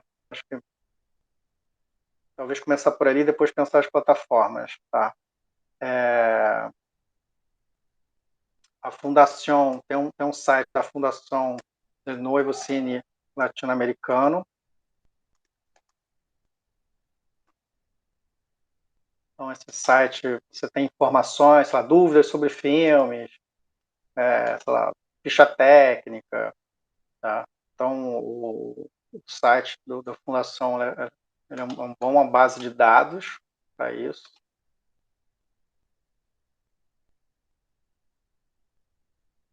Inclusive, aqui ele tem, né, o local, né, que é o Observatório de Cine da América Latina e do Caribe, né? Bom, aí tem cinematografia por cinematografia, né? Tem o caso do cinema chileno, né? Tem o Cine Chile, tem o Cine Nacional, no caso da Argentina, por aí vai. Na verdade, acaba acompanhando muita coisa que está em alguns festivais, isso acaba uma espécie de um norte para mim. Você tem um Bafice, no caso, né, o Festival Internacional, né, de Cinema Independente de Buenos Aires, tem alguns festivais de documentário, então um pouco por ali a gente vai meio um pouco sabendo o que está sendo discutido, o que está, né, sendo levado em conta, tá? Agora, pois é, acho que além do Retina Latina, não tem uma plataforma específica sobre cinema latino-americano, tá? Pelo menos que eu conheço. Você tem algumas coisas, alguns canais, algumas plataformas meio fechadas, né, que são tipo de cinéfilos. Por exemplo, eu não tenho acesso. Às vezes eu vejo isso com amigos. Tem um que se chama Pátio de Butaca, que é muita produção antiga, que é argentino. Tem um Cinear da Argentina, que é do Inca.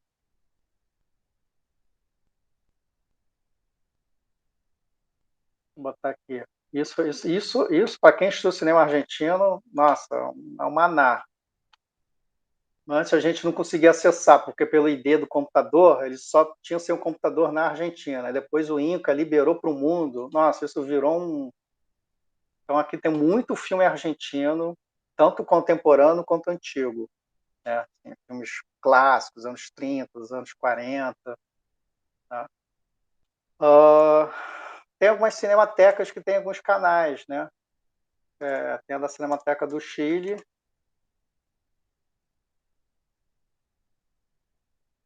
A Cinemateca, na verdade, a Cinemateca Virtual, que é da Universidade de Chile.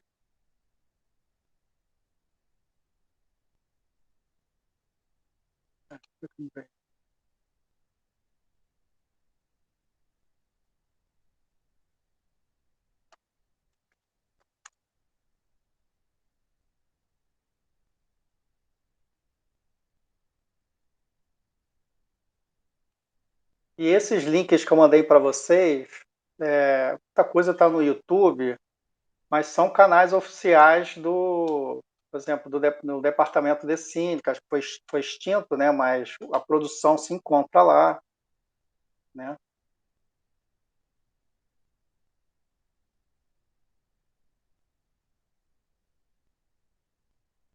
Bom, já que a gente está falando de cinema chileno, Cine Chile,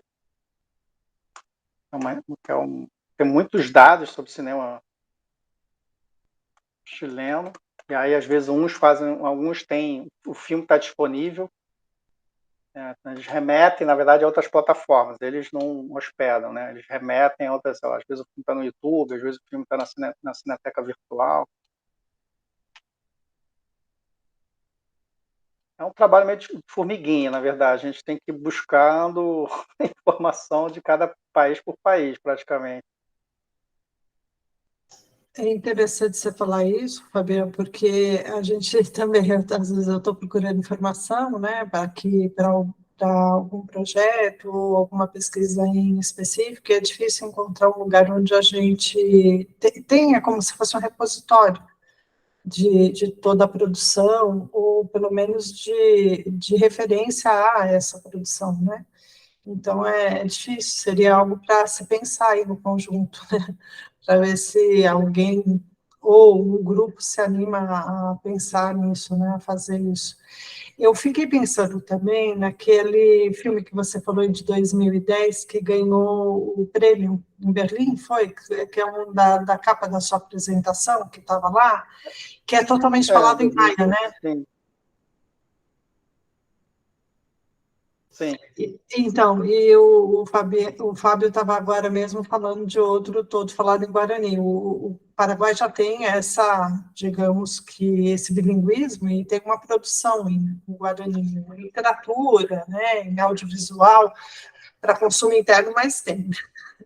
Então, eu queria saber se essa produção continua ali nos países ali que tem, não especificamente um dos países, né? Por exemplo, o sul do México, o El Salvador, se está tendo uma produção em língua maia, de fato. Se você está sabendo alguma coisa disso.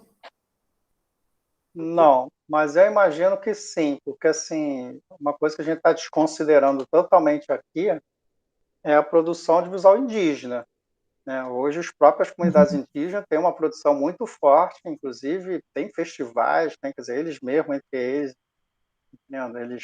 Então, assim, como eu não estudo especificamente sobre isso, aqui na UF, no PPG Cine, programa, tem gente que estuda cinema indígena, tá?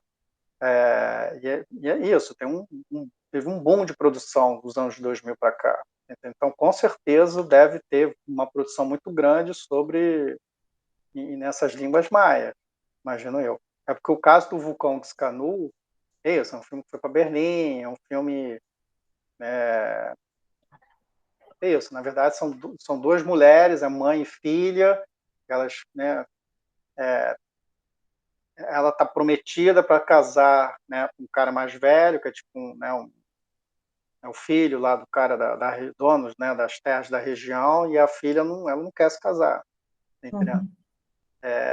Então tem toda uma questão, e ela é uma personagem muito tímida, muito mais igual o Vulcão, né? Mas em algum momento ela vai explodir. A gente sabe que o filme todo tem algum momento em que vai estourar igual o Vulcão, né? Então é um filme muito bonito, né? Tem toda essa relação com a paisagem.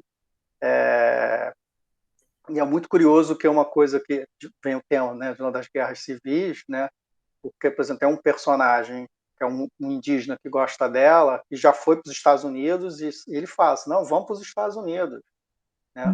Quer dizer, aí tem uma coisa muito, ele prefere falar inglês do que castelhano, entendeu?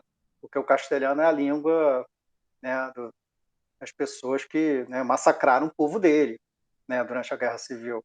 Entendeu? Então ele se recusa a falar castelhano, ele prefere falar inglês. Entendeu? E aí sim, é o que está depois do vulcão, né? Sempre tem essa coisa, vamos para além, depois do vulcão está os Estados Unidos, né? Ou seja, está um pouco essa terra da promissão, da liberdade, né?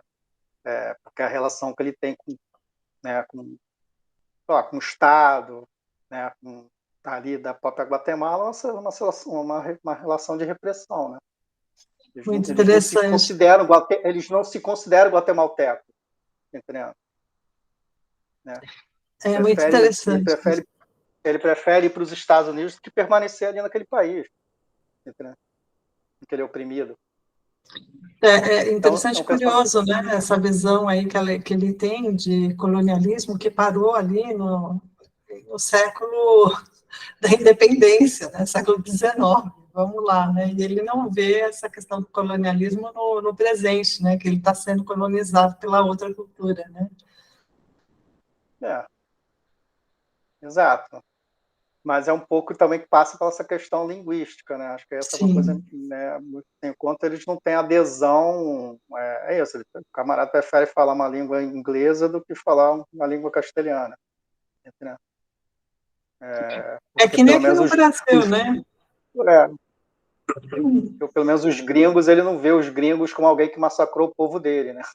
Enquanto que a polícia, o exército guatemalteco fez isso com a aldeia dele, entendeu? Então, E me diz mas uma... assim, isso, mas voltando a repetir, assim, assim a gente está desconsiderando totalmente essa produção muito rica, intensa que os povos indígenas fazem hoje em dia. Né? Inclusive, já viu o Krenak falando dessa produção aqui no Brasil, né? Ele mesmo falando da produção dos povos indígenas, aqui, essa autonomia que eles têm exatamente da criação desse cinema, dessa produção, né, audiovisual, Sim. né. Eu queria voltar lá atrás, quando você estava falando da Kikito Moreno, quando ela sai aqui da Argentina e volta ao seu país para fundar toda essa esse audiovisual, essa produção com financiamento, né, tanto do país como também da Unesco. Então, ela pega um nicho que era a produção que vinha da Unesco, né, e aí chega um momento, eu me pergunto, né, os países vizinhos não estavam sabendo disso também, para fazer, porque ela, né, são tão, um ir e vir tão constante, não estavam sabendo disso daí também. E uma outra questão que me pareceu muito curiosa é que você falou olha, inclusive as indicações que você tem aqui com relação à produção da Nicarágua, ela é bem ampla, né? E os dois focos de receber essas produções e promover as produções que são esses festivais, não acontece nenhum lá nesse país, né? O festival, você falou, os festivais mais importantes estão no Panamá e na Costa Rica, né? E na Guatemala. Então, né, interessante, isso é curioso, chega a ser curioso, né? E aí a gente olha para o Panamá e a gente vê que o Festival do Panamá, por que tem um festival e não tem uma produção, não tem digamos que um histórico de fôlego, né? Mas sim, o festival seria algo mais mercadológico, de fato? Bom, não sei se seria mercadológico, mas tem uma questão de uma janela, né? De uma janela. Esses festivais passam de tudo, filmes do mundo inteiro, tanto como o Festival de Havana, no caso. Então, é um momento em que, né, por exemplo, o pessoal que mora em Havana, é isso, vai ver os filmes, os grandes filmes, como, sei lá, as embaixadas têm um papel muito grande nesse sentido.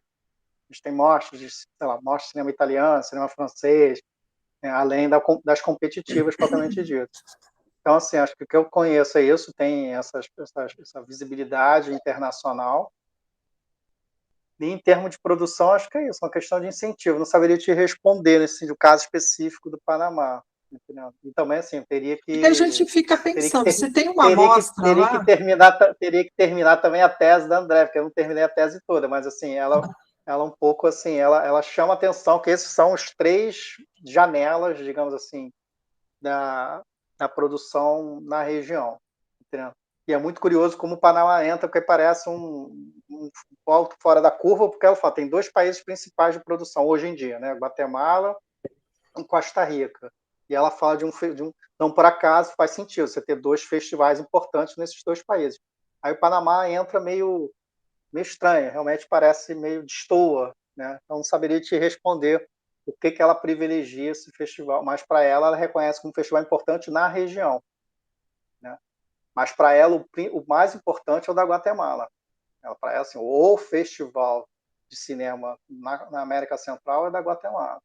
A Guatemala tem uma maior visibilidade, tem uma maior, é isso, né? A gente já falou de 2 filmes guatemaltecos aqui que ganharam prêmios internacionais, o Miscanu, né, e o La Jaula de Ouro. Né? O La Chorona também é do Bustamante, né? Ou seja, esses filmes circulam, né? Você tem uma produção. E, na verdade, a Guatemala, tradicionalmente, ela tem uma forte produção. Entendeu? Ela tem, talvez, pela proximidade dela com o México, e também compartilhar uma cultura. Né? O sul do México e Guatemala é quase culturalmente a mesma coisa, vamos combinar, né? Quer dizer, é quase que arbitrária essa divisão entre os 2 países.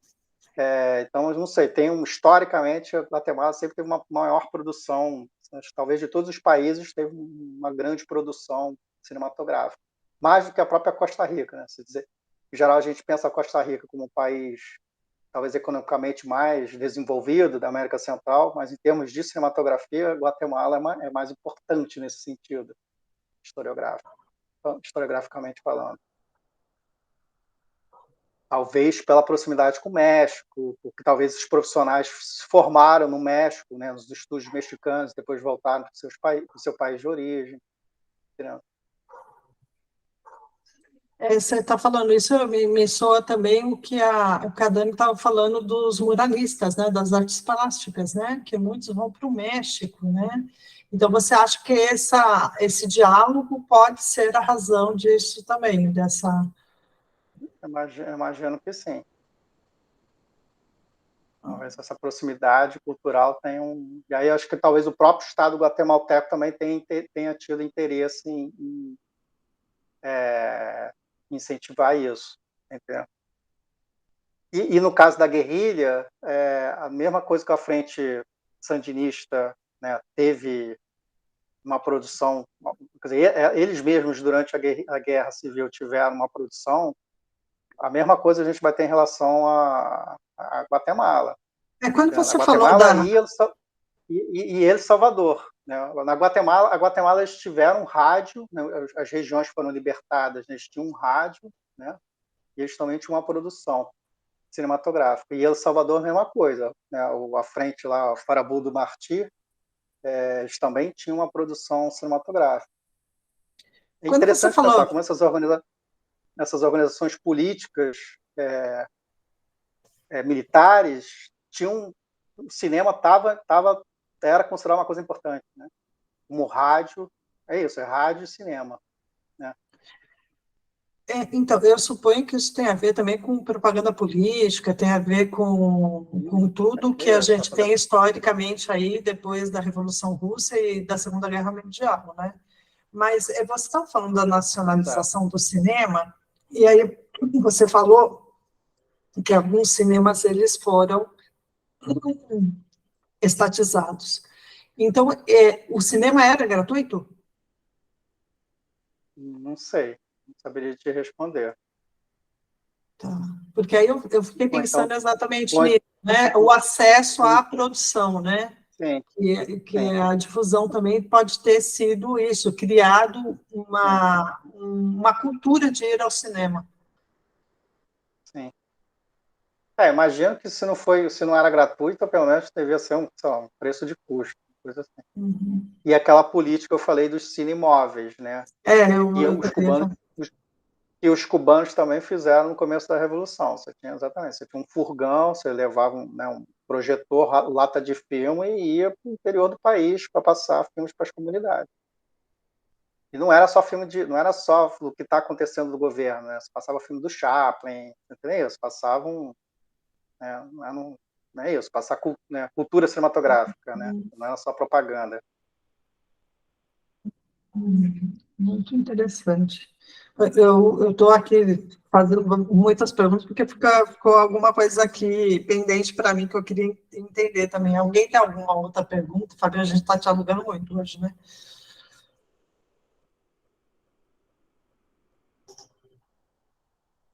Ou algo ficou pendente de se falar?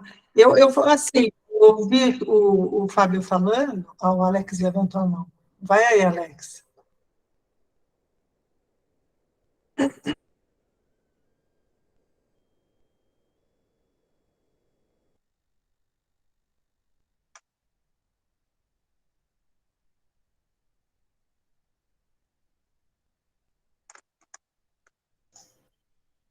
Nós não estamos te ouvindo, Alex, se você está falando alguma coisa. Tô com Tá mudo. tô me fechando. Agora apareceu, né? Tá me ouvindo? Sim. Agora sim. Eu estava pensando quando o Fabiano estava comentando, né, sobre a questão da indústria cinematográfica e a dificuldade, né, de finalizar filmes, essa indústria está muito atrelada a essa capacidade econômica dos países, né? E aí eu fiquei pensando que tem muito a ver com aquela outra pergunta da semana passada, acho que o Fábio fez, né, sobre a relação entre as reformas urbanas e, e essas economias, né? Então, mais ou menos um correlato, né? Então, tanto a indústria cinematográfica quanto as reformas urbanas e o próprio patrimônio arquitetônico tem muito a ver com essa capacidade, digo, moderno, né? Então, tanto o cinema enquanto indústria moderna, quanto a arquitetura moderna dependem muito dessas economias fortes, né? Com grande investimento, com grande capacidade de investimento, né? Então, só queria que o Fabiano comentasse um pouco sobre isso, né? Dessas relações, tem muito a ver até... Ele inclusive, tinha feito a pergunta também sobre essas questões da arquitetura, da Belle Époque e tal. Então, eu acho que tem muito a ver com isso é um vínculo, né? Da arquitetura com essas economias, do cinema com essas economias.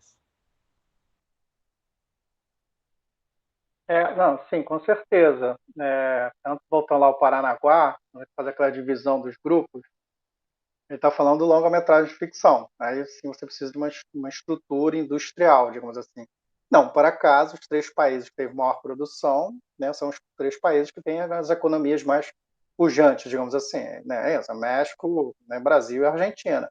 Né, são os países que você tem uma cinematografia de maior, né, maior volume, de maior produção.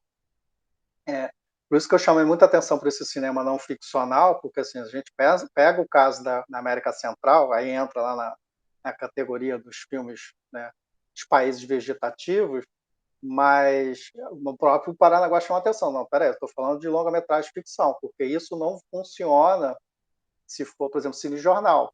No cinejornal, sim, você tinha uma produção constante. No caso lá, por exemplo, falei de Somoza, né? Você tinha uma produção, um cinejornal que toda semana o negócio ia para a sala de cinema. Então, você tinha uma produção constante, contínua, né? Então, aí você não precisa de uma estrutura, sabe, de grandes estúdios, de um laboratório, de uma coisa mais, entendendo? Você pode ser uma estrutura menor, entendeu? E é isso, né? Boa parte da história do cinema latino-americano foi com isso que as produtoras sobreviviam, né? Na verdade, né? Era fazendo esse tipo de produção, né? Então você não precisa desse mecanismo, né? Dessa grande infraestrutura. E de fato, né? Está relacionado com aquilo que o Fábio comentou, né? No último encontro, nesse sentido de que, né? Não por acaso, né?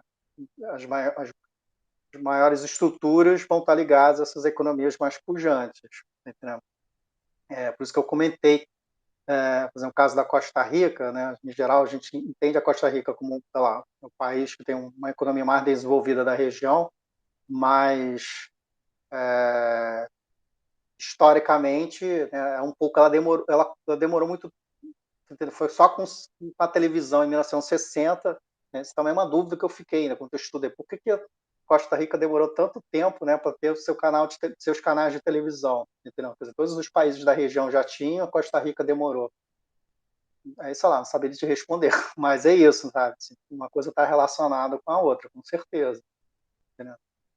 E não por acaso, usando a tese lá da Andréa Cabeças, hoje em dia você tem Guatemala e Costa Rica como os principais polos de produção, né? Inclusive de longas metragens de ficção.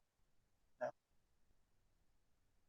Apesar de eles terem começado tarde, né? Com a televisão, né? Porque eu acredito que a maior produção Sim. lá, ela passa a ser veiculada na televisão também, né?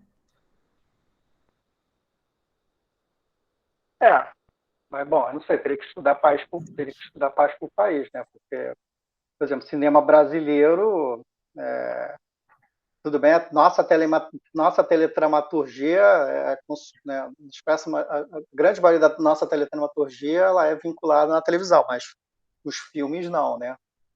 Mas depois eles passam na televisão, né? As pessoas passam a ter acesso a esse acervo através da televisão. Bom, historicamente, o cinema brasileiro sempre tem muita dificuldade de ter um pé na televisão, digamos assim. É porque agora a própria Globo faz os seus filmes, né? Um pouco, assim, já tem uma outra lógica, né? Digamos assim. Fala, Alex. Não, eu ia só comentar que foi curioso, você falou que é o México, o Brasil e a Argentina que dominam longa-metragem. Eles são exatamente os mesmos que formam o tripé das vanguardas arquitetônicas modernas. Exatamente. Então, você pega o livro do Gorelick, é México, Brasil, Argentina. Você pega outros estudos, né, de outros historiadores sobre o patrimônio mais relevante de arquitetura moderna, né? México, Brasil, Argentina. Então, está muito estreita essa relação mesmo. Sim. Eu só queria fechar com aquilo que o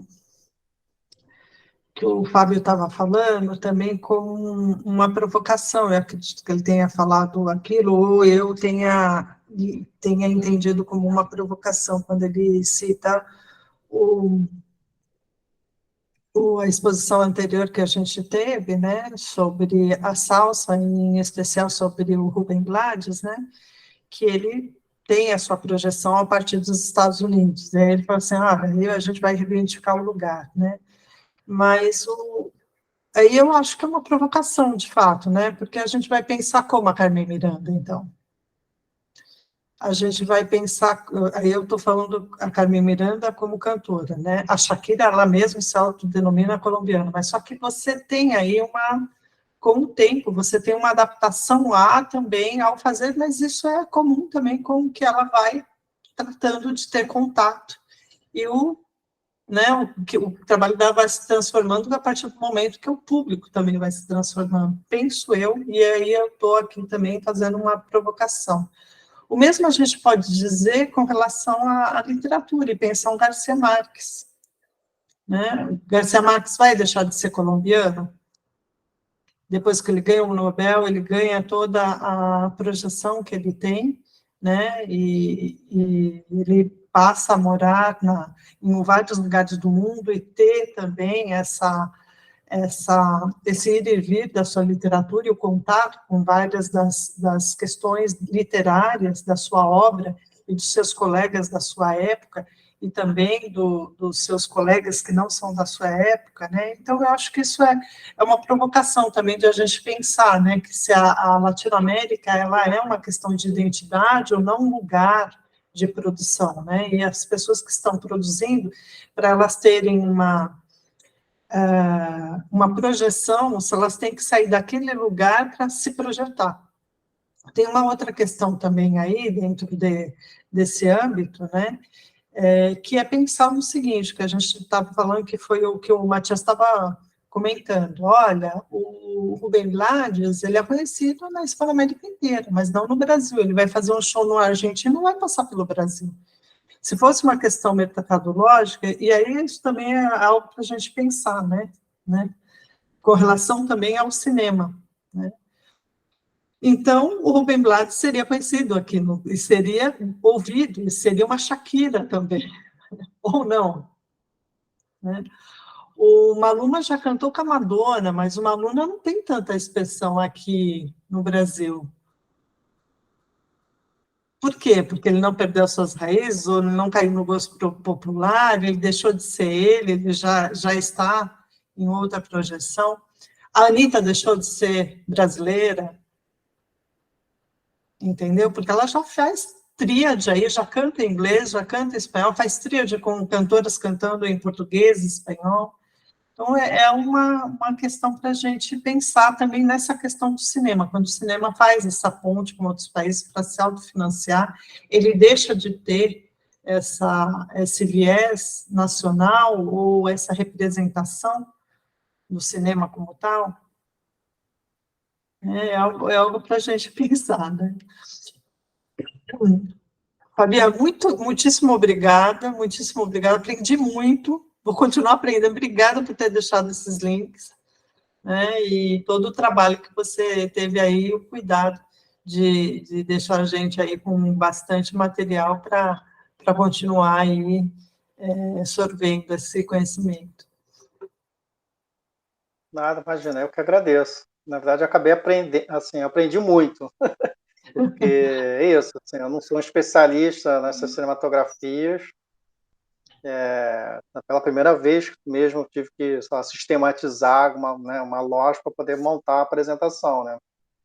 Então, e a tese da Andréa Cabeças, ela é uma referência, né? Na verdade, como a Kikito Moreno, como esses filmes de cineastas mulheres estão vindo à tona, então muita gente cita ela, então eu acabei chegando na tese e é isso, ela faz um trabalho monumental, uma tese de mais de 500 páginas que ela monta ali uma história recente, né, da produção cinematográfica na América Central. Né? Porque, na verdade, os livros que eu tenho são essa historiografia anterior, digamos assim, que ela vai contestar. Então é bacana você ter um pesquisador recente, né, uma pesquisadora recente que está um pouco contestando o que foi escrito anteriormente. Né? Ou seja, pensando, né, isso. Pensando e problematizando. A questão são os filmes, né? É o acesso aos filmes. Tanto que, no caso da Nicarágua, por exemplo, essa produção sandinista, eu consegui os links dos longas, não por acaso, né? Os longas de ficção estão na internet. Agora, essa produção, não sei, né? Que é a produção, de fato. Existe ainda, existe uma cinemateca na Nicarágua, mas suponho que essa produção, já que a gente até comentou aqui, teve uma certa... tudo que era sandinista foi um pouco expurgado, né, depois da derrota, né, com certeza esses filmes foram escondidos, né, então não sei se eles ainda circulam, né. E hoje tem muita produção, na verdade, contra o Ortega, né, então hoje, também não sei até que ponto esses filmes são interessantes de circularem pelo próprio governo, ou então se eles fazem uma releitura, eu não sei, é uma questão que eu estou me colocando. Não sei até que medida o Ortega reivindica, né, a Revolução Sandinista. São várias questões aí com relação à atualidade, né, que para ser problematizada, né, dentro desse contexto, né, audiovisual. Sim. Mais uma vez, muito obrigada, Fabiana. Aí eu já coloquei aí para vocês quais serão as que eu já travei contato, as pessoas que estarão. A Dani vai fazer, ela ficou de fazer para a gente a arte até sexta-feira, e eu acredito que no final de semana, no máximo segunda-feira, eu já estou divulgando a arte para vocês terem aí presente os dias que serão e quais serão, e o horário, só um que vai ter um horário um pouco diferente, né, por causa do fuso horário com a Costa Rica, né, que são dois professores da Universidade da Costa Rica. Tá? Então, mais uma vez, muito obrigada, pessoal. Eu acho que foi extremamente, para mim, pelo menos, né, para entender vários contextos e também, inclusive, de produção, né, de uma forma geral e em específico da América Central. Agora é ver esse material, né? Pois é.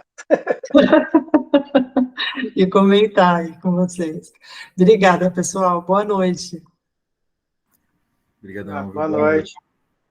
Boa semana. Boa semana.